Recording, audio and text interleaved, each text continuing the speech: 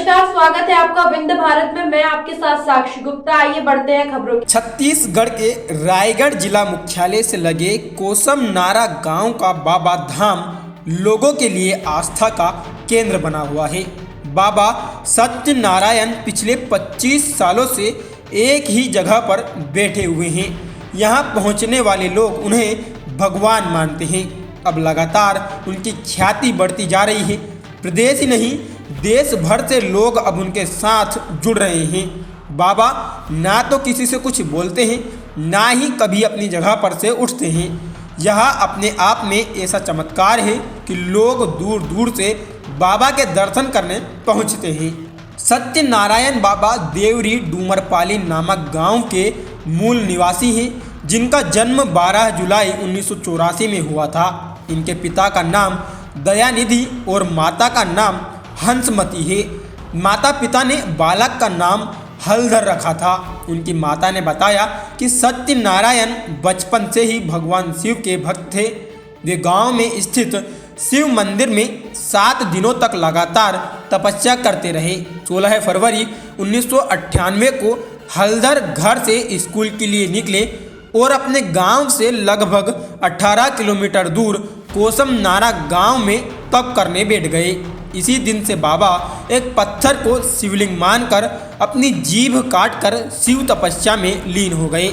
यहीं से उनके बाबा सत्यनारायण बनने की कहानी शुरू होती है। उस दिन से लेकर आज तक बाबा उसी स्थान पर बैठकर तप कर रहे हैं।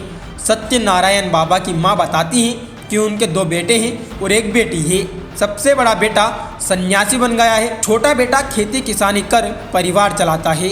कोसम नारा में बाबा जिस दिन से बैठे हैं तब से उनकी मां यहां आकर उनकी पूजा करती है और जल्द ही उनके तप के पूरा होने की ईश्वर से कामना करती है। बताती है कि हर मां की तरह वह भी चाहती है कि उनका बेटा परिवार चलाए, लेकिन सत्यनारायण बाबा तपस्वी बन गए हैं। मंदिर की देखरेख करने वाले और ट्रस्टी अशोक लांबा बताते हैं कि सेवक द्वारा शिवलिंग के पास बाबा की अनुमति से धूनी प्रज्वलित की गई। उस स्थान पर तब से लेकर आज तक अखंड धूनी भी जल रही है। पहले बाबा जमीन पर बैठकर तप कर रहे थे, लेकिन भक्तों के द्वारा चबूतरा बनाया गया और भक्तों के आग्रह पर बाबा अब उसी चबूतरे पर ही बैठकर तप में लीन रहते हैं। बाबा की तपस्या को देखकर श्रद्धालुओं की भीड़ लगातार बढ़ती गई एवं बाबा की 24 घंटे देखरेख होने लगी। वर्तमान में बाबा की ख्याति चारों ओर फैली हुई है। लोगों के चढ़ावे से भी जो रुपया कमाते हैं उससे बाबा धाम के जीर्णोद्धार में उपयोग किया जा रहा है। भक्तों के लिए प्रसाद, उनके खाने की व्यवस्था और रुकने के लिए बेहतर व्यवस्था ट्रस्ट के द्वारा होती है। बाबा सत्यनारायण किसी से भी बात नहीं करते। ज़रूरत के मुताबिक ही वो इशारों ही से ही समझाते हैं। हर मौसम में धूप, बारिश, ठंडी में भी बाबा खुले आसमान के नीचे ही बैठे रहते हैं।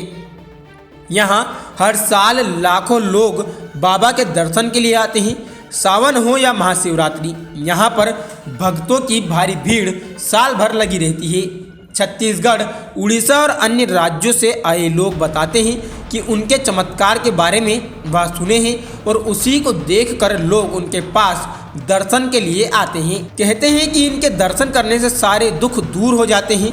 इनको अपनी जगह से उठकर दूसरी जगह जाते नहीं देखा और ना ही कभी बरसात, आंधी तूफान से उठते देखा है। मौसम कैसा भी हो, बाबा एक जगह पर ध्यान मुद्रा में बैठे रहते हैं। बाबा के तपस्या के सफर को दिखाने के लिए मंदिर की दीवार पर साल 1998 से लेकर 2022 तक की तस्वीर लगी हुई है और लोग इसे पढ़कर समझते हैं कि किस तरह बाबा लगभग 25 साल से एक जगह पर एक ही मुद्रा में ध्यान लगाकर तप करते हुए बैठे हुए हैं। फिलहाल के लिए इतना ही। खबरों का सिलसिला लगातार जारी है। बने रहिए हमारे साथ। नमस्कार।